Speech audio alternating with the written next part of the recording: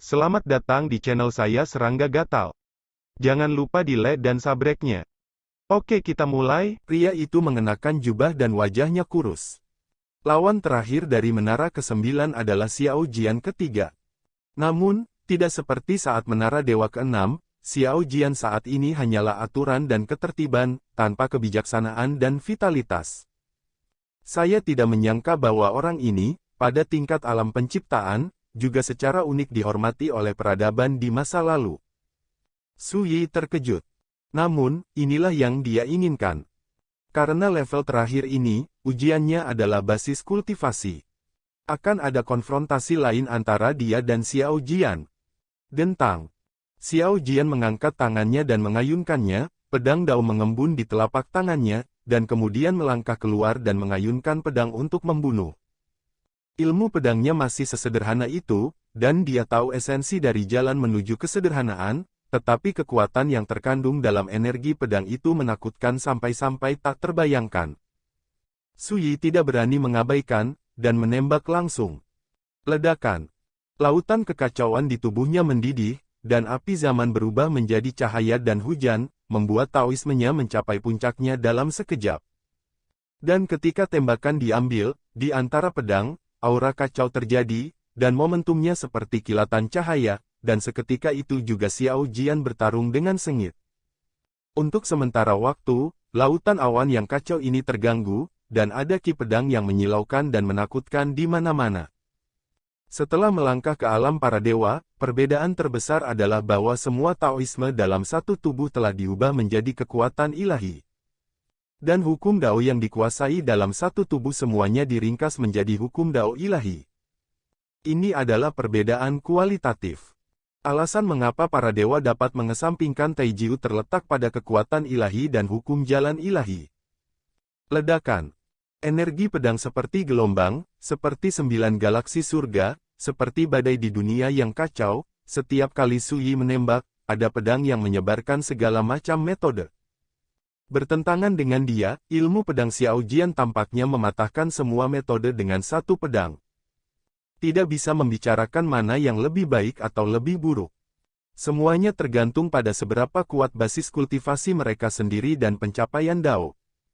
Selama pertempuran pembantaian, Su Yi juga memiliki banyak wawasan dan berbagai warisan kendo yang belum pernah dia gunakan sebelumnya. Wawasan dan melihat warisan ini semuanya berasal dari generasi kelima Li Fuyu. Di masa lalu, ketika Su Yi belum menjadi dewa, meskipun karma Dao Li Fuyu terintegrasi, warisan dan pengalaman kultivasi yang terkait dengan alam ilahi bukanlah sesuatu yang dapat dipahami Su Yi. Tapi sekarang berbeda, dia telah menjadi dewa. Oleh karena itu, semua pengalaman kultivasi Li Fuyu di alam dewa, semua pengalaman bertarung, dan semua warisan kendo yang terkait dengan alam dewa telah diintegrasikan oleh Su Yi. Dan sekarang, wawasan, pengalaman, dan kekuatan warisan ini semuanya telah digunakan oleh Su Yi dalam pertempuran ini. Saat pertempuran berlanjut, Su Yi terus memahami wawasan, pengalaman, dan kekuatan warisan ini, dan mengubahnya menjadi bagian dari dirinya sendiri.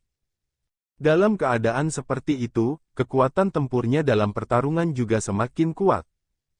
Segera. Engah. Percikan darah. Su Yi tersapu di punggungnya oleh energi pedang, kulitnya terkoyak. Tetapi pada saat yang sama, sosok Li Fuyu juga terkena pedang Qi, dan dia mundur beberapa puluh kaki jauhnya. Pertarungan kendo ini juga dimulai dari saat ini dan memasuki level yang paling intens.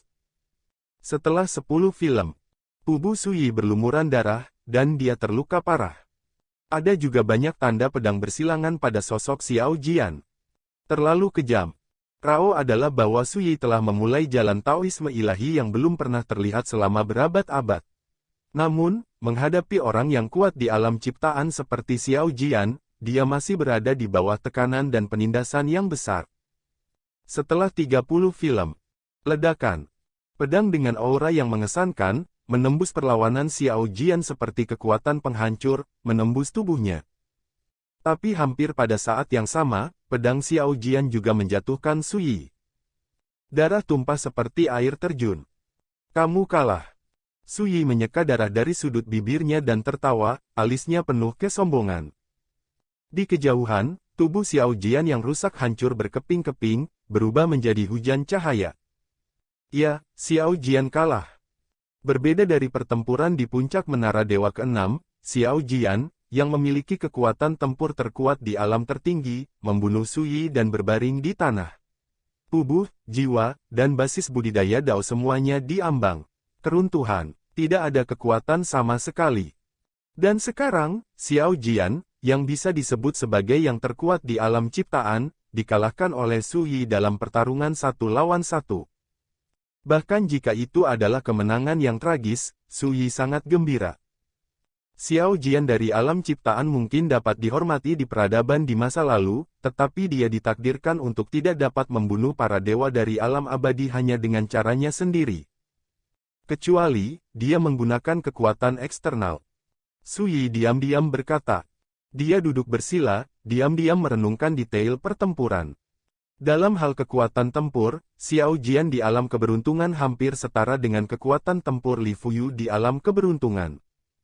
Tetapi ketika Li Fuyu berada di alam penciptaan, dia tidak bisa membunuh dewa-dewa dengan kekuatan tempurnya sendiri. Alasannya sangat sederhana, menjadi dewa-dewa berarti keabadian sejati. Tidak peduli seberapa tinggi dewa-dewa melawan langit, bahkan jika mereka dapat bersaing dengan para dewa, hampir tidak mungkin untuk mengalahkan dan membunuh para dewa. Tentu saja, jika Anda menggunakan beberapa pembunuh seperti tabu, Anda mungkin bisa melakukan ini.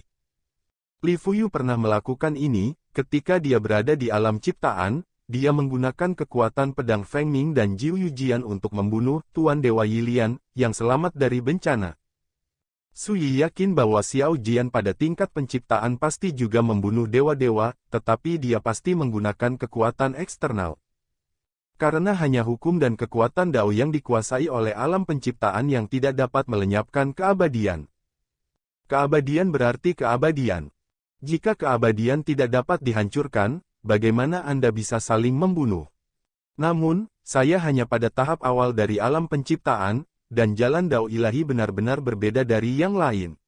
Di masa depan, saya akan memiliki kesempatan untuk melanggar hukum besi dan membunuh yang abadi. Pikir Su Yi. Tentu saja, dia tidak cukup sombong untuk menghina Tuhan Allah.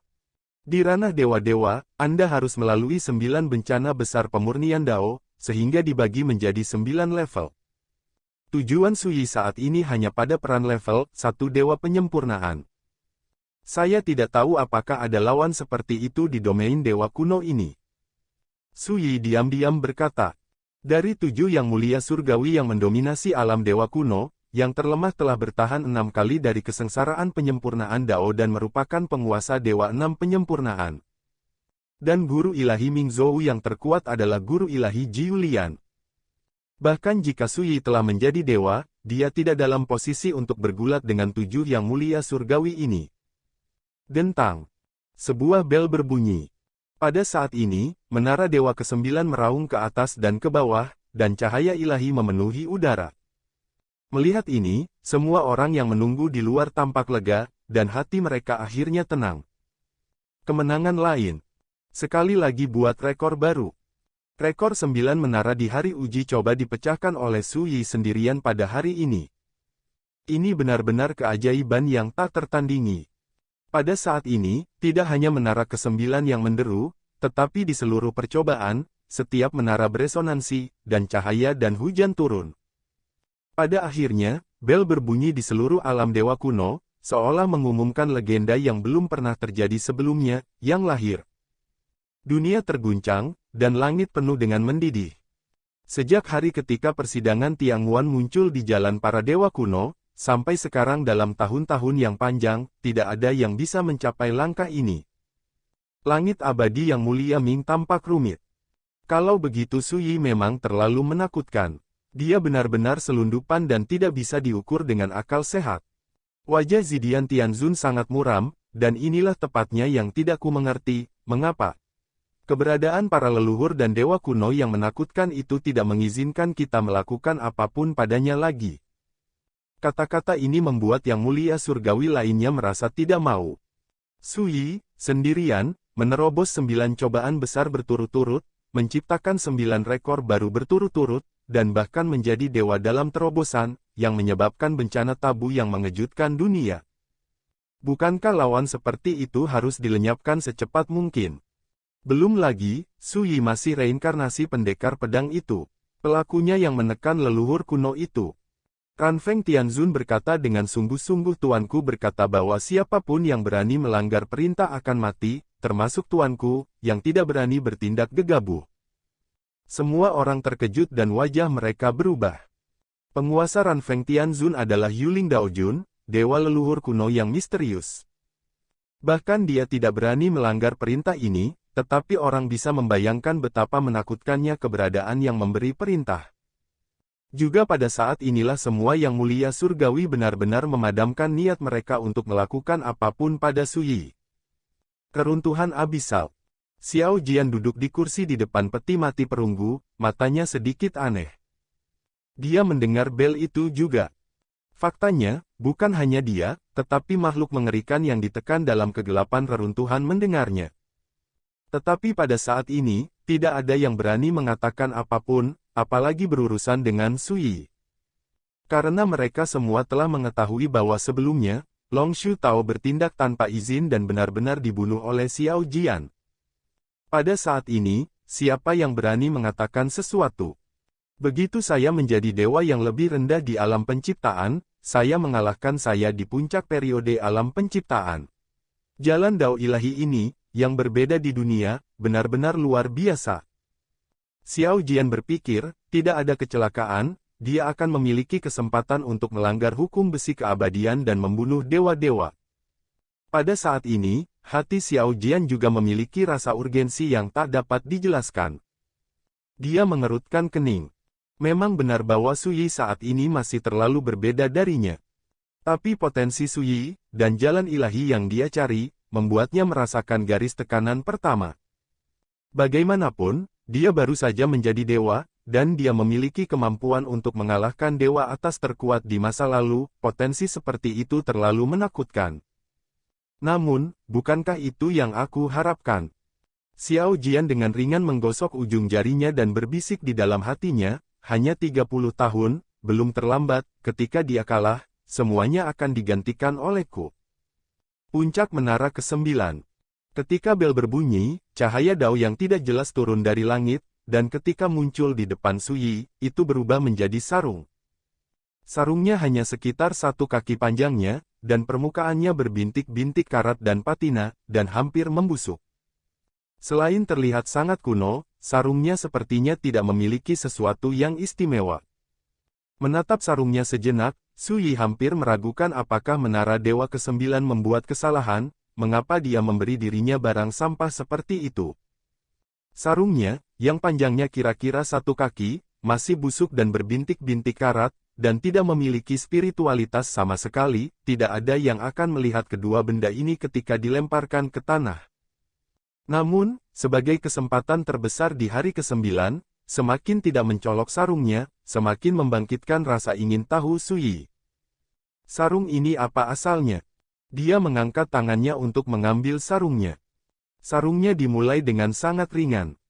Seringan bulu. Tapi teksturnya sangat keras, pada awalnya, Su Yi takut untuk secara tidak sengaja menghancurkan sarungnya yang sudah rusak parah. Tetapi ketika dia mengerahkan sedikit kekuatan, dia menemukan bahwa bahkan jika dia menembak dengan seluruh kekuatannya, dia tidak dapat menghancurkan sarungnya. Ini segera membangkitkan minat Su Yi. Benar saja, sarung sederhana ini menyembunyikan misteri besar. Setelah memikirkannya sebentar, Su Yi segera memisahkan sinar kesadaran ilahi dan meluncur ke sarungnya. Ledakan. Dalam keadaan trans, sepertinya tiba-tiba memasuki dunia kegelapan tanpa akhir. Saya tidak bisa melihat apa-apa, saya tidak bisa mengidentifikasi arah, dan saya hanya bisa merasakan aura yang luas, sunyi, dan sepi. Ketika Su Yi menggunakan kekuatan jiwa ilahinya dengan segenap kekuatannya dan terus menggali indera ilahinya ke kedalaman sarungnya, dia menemukan bahwa sepertinya ada dunia gelap tak berujung yang tersembunyi di dalam sarungnya. Pada akhirnya, ketika kekuatan jiwa Su Yi, yang cukup untuk membunuh dewa tingkat tinggi terkuat di alam ciptaan, mulai merasa lelah, dia tidak dapat menjelajahi batas-batas sarung ini. Su Yi tidak berdamai dan terus menjelajah. Dan dalam prosesnya, kekuatan jiwa ilahinya juga dengan cepat dikonsumsi. Saat kesadarannya semakin dalam, dia masih tidak bisa melihat pemandangan apapun, hanya kegelapan yang tak berujung, keheningan dan kesunyian yang tersisa. Tidak butuh waktu lama bagi Su Yi untuk mengeluarkan erangan teredam. Pada saat ini, kekuatan jiwanya berada di ambang kelelahan, dan wajahnya yang tampan menjadi pucat. Ini mengejutkan Su Yi. Tempat misterius macam apa yang tersembunyi di sarung ini? Ketika kekuatan jiwa habis, Su Yi tidak punya pilihan selain menyerah. Tetapi pada saat dia menarik kembali kesadarannya, dia melihat pemandangan yang aneh. Di kedalaman kegelapan yang tak berujung, dua lampu diam-diam menyala. Tapi hanya sesaat, seperti aliran cahaya, menghilang dalam sekejap. Semuanya kembali ke kegelapan. Itu sepertinya sepasang mata. Su Yi terkejut. Dengan hati-hati mengingat detail dari dua sinar cahaya, tetapi karena itu hanya sekilas pemandangan, Su Yi hanya bisa dengan enggan menyimpulkan bahwa itu sepertinya mata seseorang. Cerah seperti pedang. Mungkinkah ada seseorang di kedalaman kegelapan yang tak berujung? Kalau begitu, siapa orang itu? Hanya memikirkan ini, desahan terdengar dalam kegelapan, mengungkapkan kesepian tanpa akhir. Tubuh Su Yi menegang, dan tanpa sadar dia menarik kembali semua kesadarannya. Ketika dia melihat sarung pedang busuk dan berbintik-bintik di tangannya lagi, alis Su Yi tidak bisa menahan kerutan. Hal ini jahat. Sebelumnya, dia memiliki firasat kuat bahwa jika dia tidak menarik kesadarannya, bahaya yang tidak terduga kemungkinan besar akan terjadi. Su Yi selalu percaya pada intuisinya sendiri. Sekarang dia memikirkannya, sosok misterius dalam sarungnya pastilah karakter yang sangat berbahaya, dan bahkan dapat mengancam hidupnya sendiri.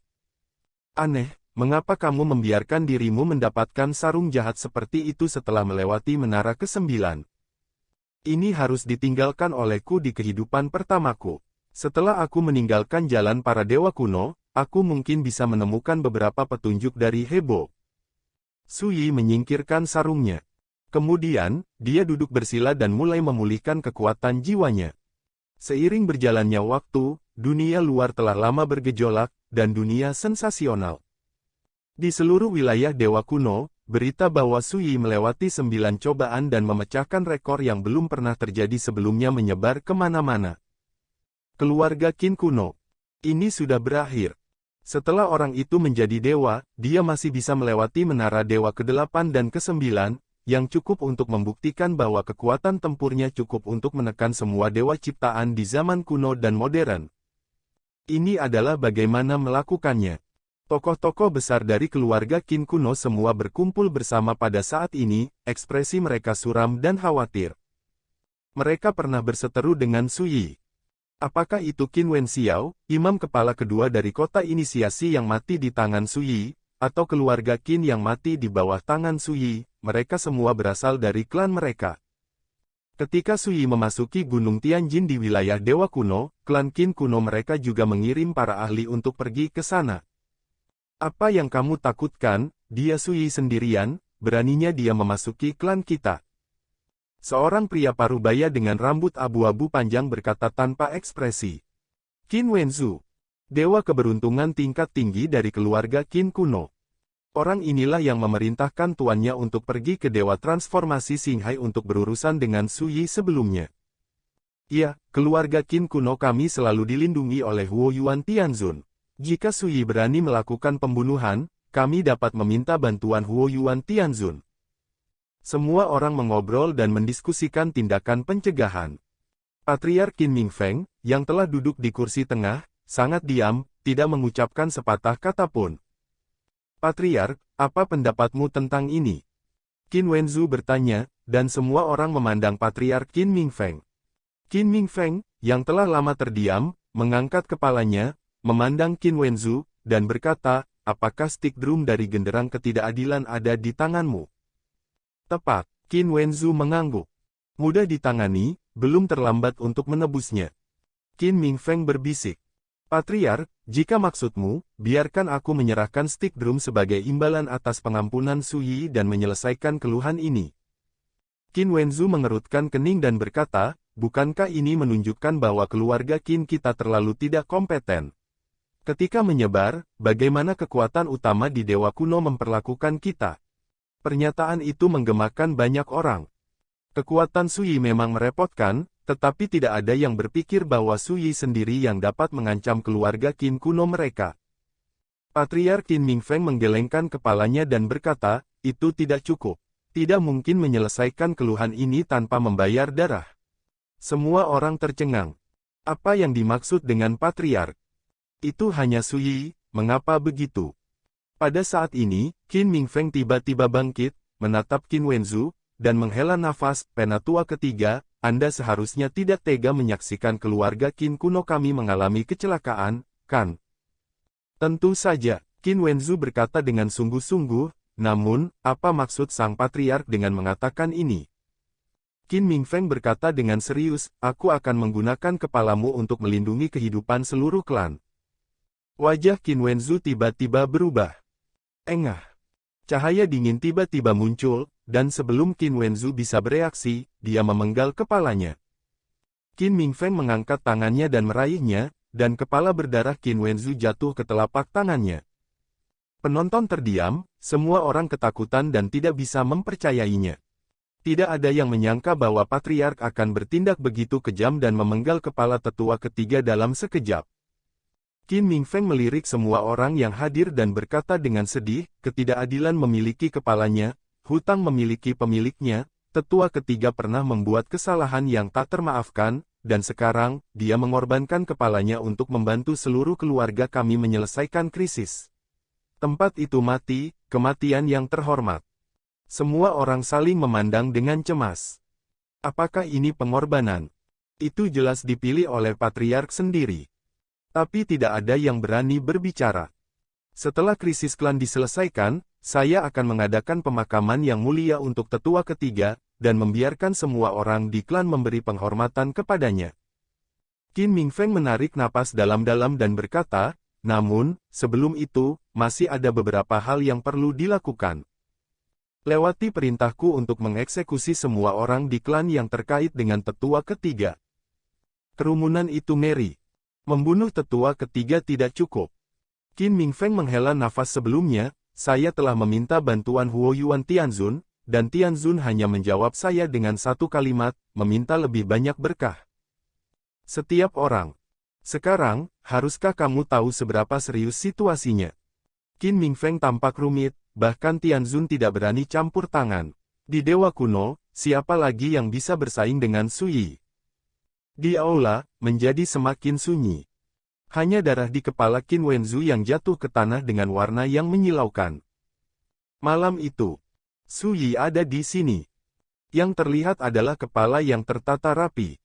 Qin Mingfeng, patriark klan Qin kuno, memimpin sekelompok orang untuk menunggu di sana. Generasi saya sudah tahu bahwa yang mulia akan datang, jadi saya sengaja menunggu di sini, hanya untuk bertobat dan menebus dosa-dosa Anda, dan mencari pengampunan Anda.